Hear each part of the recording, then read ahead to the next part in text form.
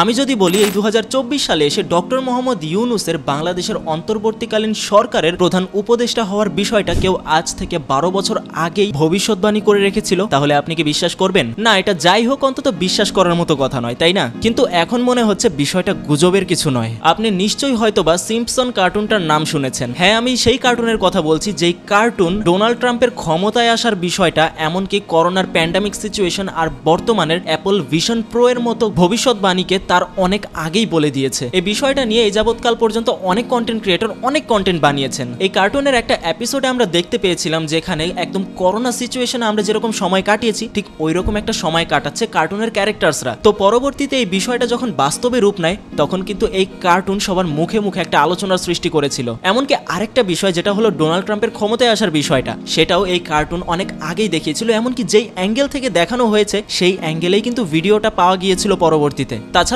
বর্তমানে অ্যাপেলের vision pro আসার পর থেকে মানুষ যেরকম ভাবে চলাফেরা করতে শুরু করেছে, যে কটা ভিডিও ভাইরাল হয়েছে, এই বিষয়গুলো এই কার্টুনের পূর্ববর্তী অনেক বছর আগের এপিসোডগুলোতে দেখানো হয়েছিল। কিন্তু জানলে অবাক হবেন, এরকম ছোট ছোট অনেক ভবিষ্যৎবাণী এই কার্টুনের সত্য হয়েছে যেগুলো পরবর্তীতে বাস্তবে রূপ নেয়। ঠিক তেমনই ডক্টর মোহাম্মদ ইউনূসের ক্ষমতায় আসার পর বর্তমানে এই কার্টুনের একটা ক্লিপ খুব ভাইরাল হচ্ছে। সেটা হলো এই ক্লিপটা, যেখানে এই ক্যারেক্টারটা ডক্টর মোহাম্মদ ইউনূস সম্পর্কে ইন্টারনেটে একটা বিষয় সার্চ করেছে। এমনকি কার্টুনের এই ক্যারেক্টারের মুখে বাংলাদেশের নাম। এখন যদি এই ঘটনা অন্য কোনো কার্টুনে দেখা যেত তাহলে হয়তো আমরা বিষয়টাকে অন্যরকম ভাবে নিতাম, কিন্তু এটা যেমন তেমন কোনো কার্টুন নয়। এটা এমন একটা কার্টুন যেটা এর আগেও এমন অনেক ভবিষ্যৎবাণী করেছে যা পরবর্তীতে সত্য হয়েছে। তো এখানে ডক্টর মোহাম্মদ ইউনূসের বিষয়টা যখন চলে আসে তখনই আমাদের মাথায় বাস যে এই কার্টুন কোন লেভেলের। ওই কার্টুনের ওই ক্লিপটা এখন থেকে 12 বছর আগে আপলোড করা হয়েছিল ইউটিউবে, অর্থাৎ কার্টুনটা আরো আগে বানানো হয়েছে। তো আজ থেকে 10-12 বছর আগে এই বিষয়টা নিয়ে আলোচনা করা হয়েছে। তবে হ্যাঁ, এখানে আমি আপনাদের একটা ভুল ধারণা ভেঙে দিতে চাই। বর্তমানে কার্টুনের ছোট্ট একটা অংশ ভাইরাল হচ্ছে,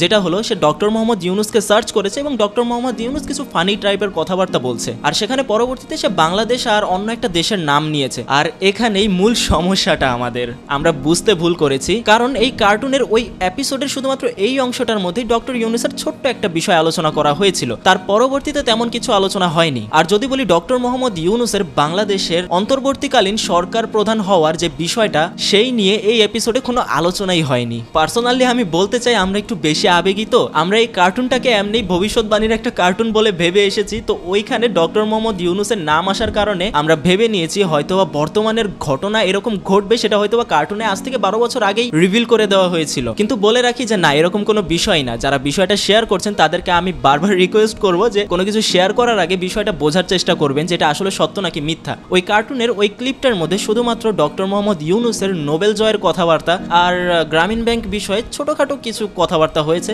কিন্তু বাংলাদেশের অন্তর্বর্তীকালীন সরকারের প্রধান হওয়ার বিষয়টা ওখানকার কোথাও আলোচনা করা হয়নি। তো হ্যাঁ, আজকের ভিডিওটা এজন্যই তৈরি করা যেন মানুষের এই ভুল ধারণাটা ভেঙে যায়। তা বিষয়টা নতুনভাবে জানতে পেরে, ব্যতিক্রমভাবে জানতে পেরে কেমন লাগলো তা কমেন্টে জানাতে পারেন। নতুন হলে সাবস্ক্রাইব করুন ইউটিউবে, আর ফেসবুকে ফলো করে আমাদের জুম বাংলার সাথেই থাকুন। নিয়মিত বিভিন্ন আপডেট খবরাখবর পেতে জুম বাংলার অফিসিয়াল নিউজ পোর্টাল zoomBangla.com লিখে সার্চ করুন। অবশেষে ভিডিওটা আপনি এই পর্যন্ত দেখেছেন, সেজন্য আপনাকে অনেক ধন্যবাদ। হ্যাঁ, শেয়ার করতে ভুলবেন না, কারণ এই বিষয়টা সবার জানা দরকার যে তারা ভুল বিষয় শেয়ার করছে। তাই ভুল জিনিস না শেয়ার করে এই ভিডিওটা অন্তত শেয়ার করে দিন।